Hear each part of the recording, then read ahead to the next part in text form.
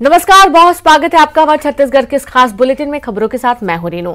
छत्तीसगढ़ सरकार ने बेटियों की सुरक्षा के लिए बड़ा फैसला लिया है। सरकार महिला सुरक्षा की दिशा में खास करके बेटियों की सुरक्षा, उनके मान सम्मान की रक्षा, उनकी सुविधा और उन्हें आवश्यक सेवा देने के लिए हमर बेटी हमर मान अभियान शुरू करने जा रही है।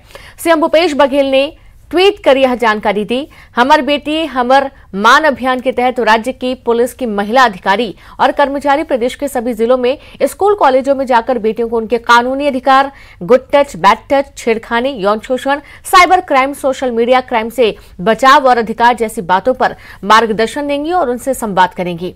अभियान के तहत गर्ल्स स्कूल कॉलेजों और महिलाओं युवतियों की उपस्थिति वाली प्रमुख जगहों पर पुलिस की स्पेशल महिला पेट्रोलिंग लगाई जाएगी और इस अभियान के लिए एक मोबाइल नंबर भी जारी होगा जिस पर बेटियां अपनी शिकायत, अपनी परेशानी, अपने साथ होने वाले किसी भी दुर्व्यवहार या अपराध की सूचना दर्ज करा पाएंगी और प्राथमिकता से कार्रवाई की जाएगी।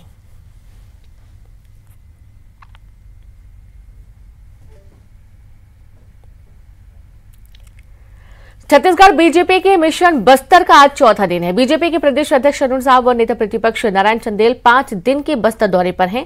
दौरे के तीसरे दिन अरुण साव और नारायण चंदेल दंतेवाड़ा पहुंचे, जहां बीजेपी कार्यकर्ताओं ने बाइक रैली निकालकर उनका स्वागत किया और इस मौके पर नेता प्रतिपक्ष नारायण चंदेल ने कांग्रेस सरकार पर जमकर निशाना साधा।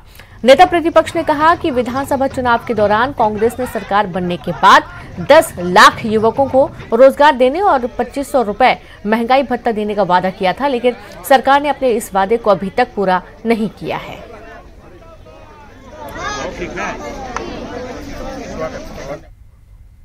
दंतेवाड़ा के बाद प्रदेश अध्यक्ष अरुण साव बीजापुर पहुंचे, जहां बाइक रैली निकाली गई। चिकट राज मंदिर में उन्होंने पूजा अर्चना की और बीजेपी कार्यालय में कार्यकर्ताओं से मुलाकात की। 100 से अधिक लोग बीजेपी में शामिल हुए। बीजेपी प्रदेश अध्यक्ष और नेता प्रतिपक्ष ने कांग्रेस की सरकार पर जमकर निशाना साधा, तो वहीं मंत्री अमरजीत भगत ने बीजेपी नेताओं के बस्तर दौरे पर निशाना साधा। अपराध के मामले में छत्तीसगढ़ तेजी से आगे बढ़ रहा है और विकास के मामले में उतनी ही रफ्तार से पिछड़ रहा है। साइबर क्राइम हो रहे हैं और जितने अपराध बढ़ रहे हैं वो शासन के संरक्षण में बढ़ रहे हैं, कांग्रेस नेताओं के संरक्षण में फल फूल रहे हैं। आज छत्तीसगढ़ इस भूपेश सरकार के जमाने में कंगाली के कागार पर खड़ी है। पिछले पौने 4 साल से छत्तीसगढ़ में कांग्रेस पार्टी की सरकार है। एक जन घोषणा पत्र लेकर कांग्रेस पार्टी आई थी चुनाव से पहले। प्रदेश के मुख्यमंत्री श्री भूपेश बघेल जी तब प्रदेश कांग्रेस कमेटी के अध्यक्ष थे और उस जन घोषणा पत्र के क्रियान्वयन के लिए छत्तीसगढ़ की जनता को विश्वास दिलाने के लिए उन्होंने हाथ में गंगा जल लेकर कसम खाया कि हम ये जन घोषणा पत्र पूरा करेंगे, तत्काल पूरा करेंगे, पर आज एक भी मांग पूरी नहीं हुई है। भारतीय जनता पार्टी के दिल में आदिवासियों के लिए कोई जगह नहीं है। वो केवल राजनीति करते हैं। अगर ऐसा रहता तो ठीक विश्व आदिवासी दिवस के दिन 9 अगस्त को बीजेपी के हमारे साथी थे जो भारतीय जनता पार्टी के प्रदेश अध्यक्ष थे, उनको नहीं हटाते। उस दिन एक तरह से जिस दिन आदिवासियों का त्यौहार था उस दिन उनका बेइज्जती किया गया है, तो कहाँ से इनके दिल में आदिवासियों के लिए। और कोंडागांव से बड़ी खबर है, जहां बीजेपी का मिशन विजय बस्तर अभियान जारी। प्रदेश अध्यक्ष और नेता प्रतिपक्ष पहुंचे कोंडागांव। अरुण साव और नारायण चंदेल का कार्यकर्ताओं ने किया स्वागत। जिला कार्यालय में कार्यकर्ताओं से चर्चा की।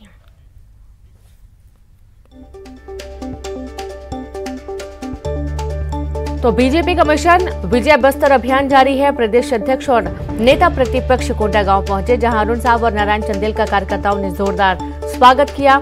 जिला कार्यालय में कार्यकर्ताओं से चर्चा की। खबर कोंडागांव से है।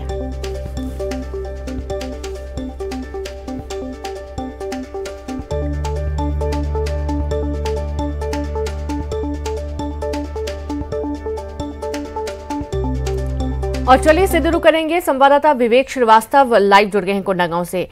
विवेक, देखा जा रहा है कि प्रमुख जो दौरा है बीजेपी का मिशन विजय बस्तर, और इसके चलते नेता प्रतिपक्ष साथ ही जो प्रदेश अध्यक्ष है वे दौरे पर है इस वक्त।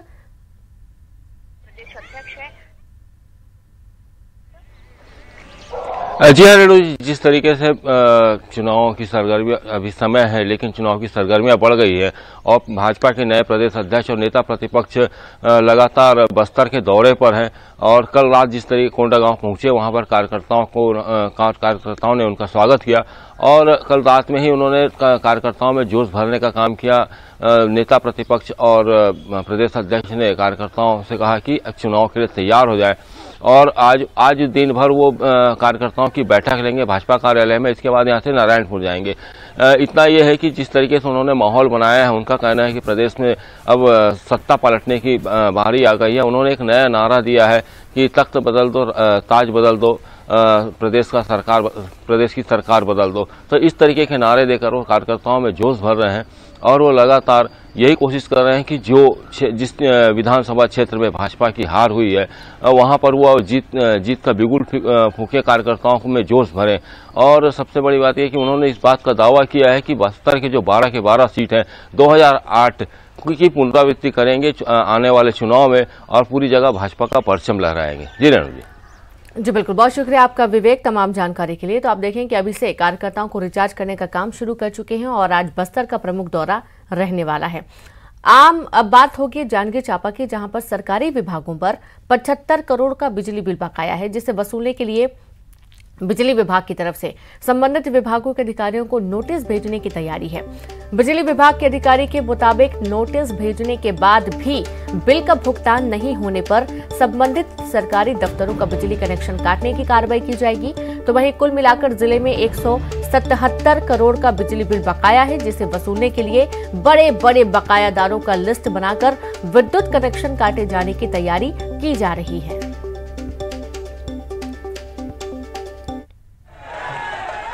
हमारे शासकीय कनेक्शन में लगभग 75 करोड़ के आसपास बकाया राशि है। तो बकाया राशि के लिए विभाग के अधिकारियों से हम लोग संपर्क कर रहे हैं कि बकाया राशि का भुगतान करें कर, साथ ही एक नोटिस भी दे रहे हैं कि बकाया राशि का भुगतान किया जाए। निवेदन करता हूं कि आप लोग कृपया बकाया राशि का भुगतान कर देवें। अगर बकाया राशि का भुगतान नहीं करेंगे तो लाइन का डिस्कनेक्ट कर दिया जाएगा, जिससे परेशानी आप लोग को ज़्यादा होगी। तो सुना आपने, यदि बिजली का कनेक्शन काट दिया जाता है तो जाहिर सी बातें परेशानी होगी। सीधे रुक करेंगे, संवाददाता रोहित शुक्ला जुड़ गया। रोहित, 75 करोड़ का बिजली बिल बकाया सरकारी दफ्तरों का, अभी तक भुगतान क्यों नहीं हुआ है? इतनी बड़ी लापरवाही क्यों?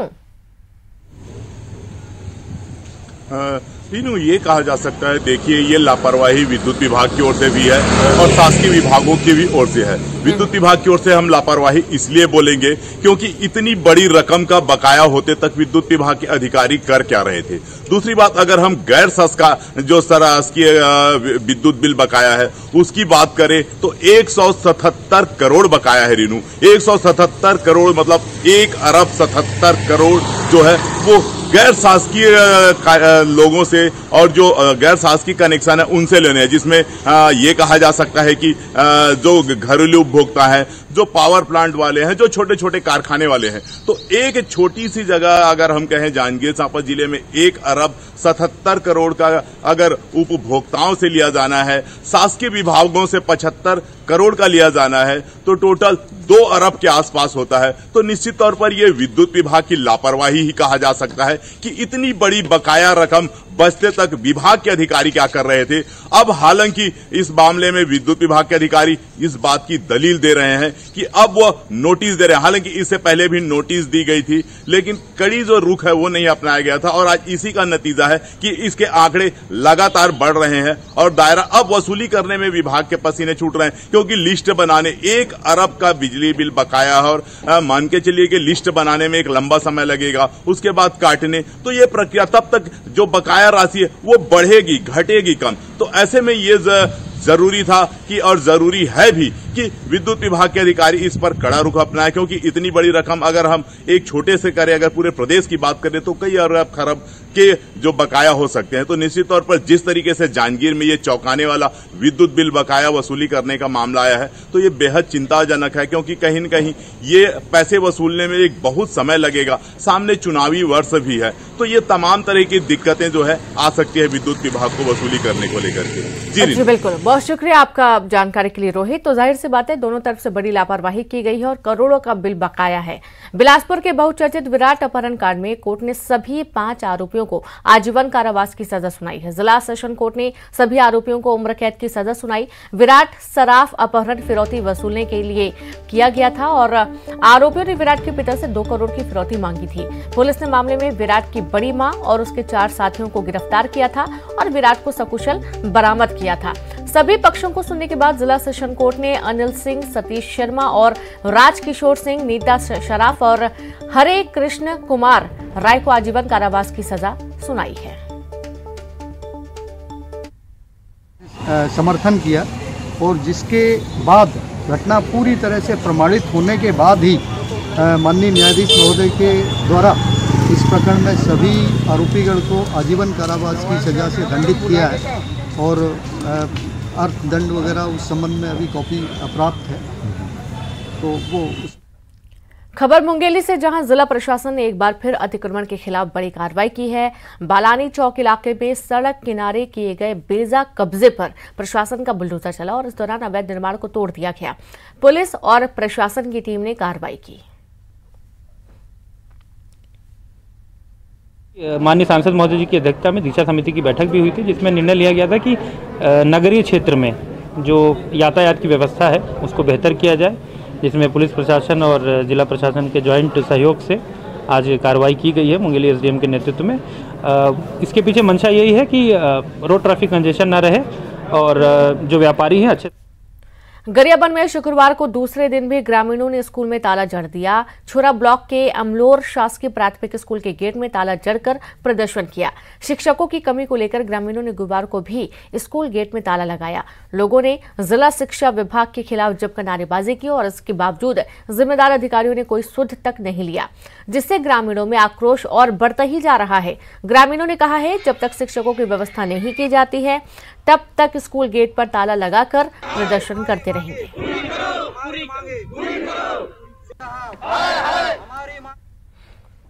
धमतरी के ग्राम मडेली में डायरिया की कहर बरपा है। गांव के करीब 100 लोग डायरिया की चपेट में हैं। तो वहीं गांव में डायरिया फैलने से स्वास्थ्य विभाग में हड़कंप मच गया। सूचना के बाद स्वास्थ्य विभाग की टीम गांव पहुंचकर शिविर लगाई, जहां पर बीमारों का इलाज किया जा रहा है। बताया जा रहा है कि नल जल योजना के तहत गांव में बिछाए पाइपलाइन में लीकेज के कारण से 3 से 4 वार्डों के घरों में गंदा पानी जा रहा था। उसी के चलते गांव में डायरिया फैला। वहीं जिन लोगों की हालत ज्यादा खराब है उनका इलाज कुरूद अस्पताल में किया जा रहा है और गांव में टैंकर के जरिए पानी की सप्लाई की जा रही है। गांव में बहुत ज्यादा बीमारी की शिकायत है, उल्टी दस्त बहुत ज्यादा हुआ है और बहुत रात में बहुत केस आई थी मरेली से। सब दीदी बहनी सब यहाँ भर्ती है और यहाँ की इलाज अच्छा चलत है।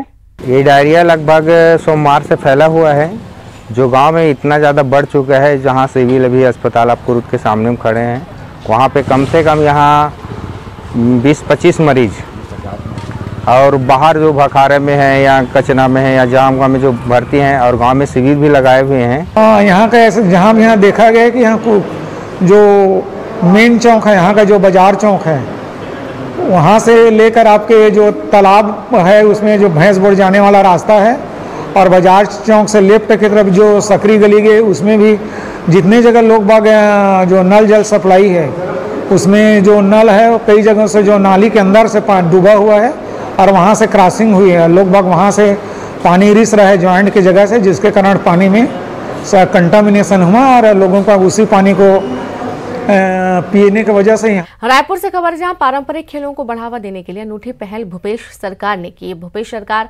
प्रदेश में करा रही छत्तीसगढ़ी ओलंपिक 6 अक्टूबर से छत्तीसगढ़ी ओलंपिक का होगा आयोजन। भूपेश बघेल कैबिनेट में इसका फैसला हुआ था। टीम और सिंगल इवेंट में 14 तरह के पारंपरिक खेल शामिल होंगे। गिल्ली डंडा, लंगड़ी और बांटी जैसे खेलों का आयोजन 6 स्तरों में होगा। आयोजन पंचायत और ग्रामीण विकास पर आयोजन का दायित्व रहेगा।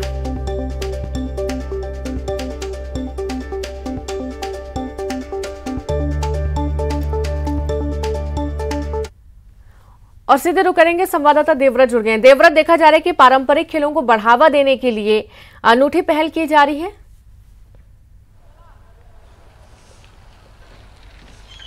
जी बिल्कुल, और ये क्योंकि न सिर्फ ग्रामीण क्षेत्रों में बल्कि शहरी क्षेत्रों में भी पारंपरिक खेल एक तरह से दूर हो गए हैं, और ऐसी स्थिति में न सिर्फ ग्रामीण क्षेत्र बल्कि शहरों में भी पारंपरिक खेलों को बढ़ावा देने की कोशिश एक तरह से सरकार के द्वारा की जा रही है। और इसलिए बाकायदा एक छत्तीसगढ़िया ओलंपिक का आयोजन किया जा रहा है। 6 चरणों में ये प्रतियोगिता रखी जाएगी और पारंपरिक खेल जिस तरह से गेड़ी दौड़ है, गिल्ली डंडा है, फुगड़ी है, बिल्लस है, इस तरह की तकरीबन 14 विधाएं हैं जिनको शामिल किया जाएगा। और एक खास बात कि इसमें उम्र की कोई सीमा नहीं होगी, यानी बच्चों से लेकर के बुजुर्गों तक इस खेल में शामिल हो पाएंगे। 6 चरणों में ये पूरी प्रतियोगिता रखी जाएगी, जिसमें गांव के क्लब से लेकर के शहर, उसके ब्लॉक स्तर और उसके बाद फिर राज्य स्तर में ये पूरी प्रतियोगिता होने जा रही है। तो निश्चित तौर पे जो पारंपरिक खेल जो विलुप्ति की कगार पर हैं, उनको सहेजने की कवायद यहाँ पर राज्य सरकार के द्वारा की जा रही है। इसका फैसला पिछले महीने ही जो कैबिनेट की बैठक हुई थी 6 सितंबर को, तब ले लिया गया था, और अब 6 अक्टूबर यानी ठीक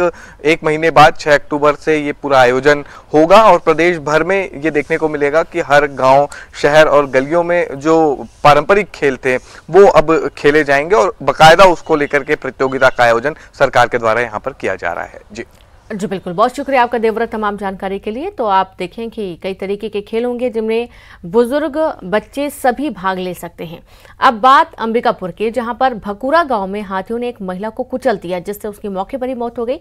इस घटना से नाराज ग्रामीणों ने वन विभाग पर गंभीर आरोप लगाए हैं। ग्रामीणों का कहना है कि हाथियों के होने की सूचना होने देने के बाद भी वन विभाग की टीम देर से पहुंची, जिसकी वजह से एक ग्रामीण को अपनी जान गंवानी पड़ी।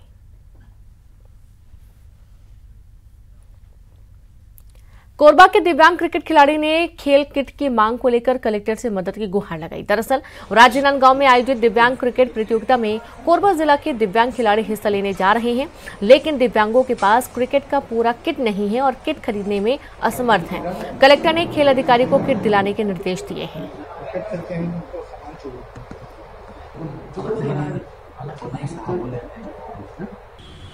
ये दिव्यांग बच्चे कुछ आए हुए थे जो व्हील चेयर क्रिकेट खेलने के लिए राजनांदगांव जा रहे थे। उनको स्पोर्ट्स किट की बैट बॉल सेट की आवश्यकता थी, तो उसको हम लोगों ने निकलवा करके अपने खेल के संबंध में आए थे, जिनके लिए सर को मैंने बोला कि सर राजनांदगांव के लिए जाना है, जिसके लिए हम लोग को बैट बॉल की कमी है, उसके लिए हम लोग आए।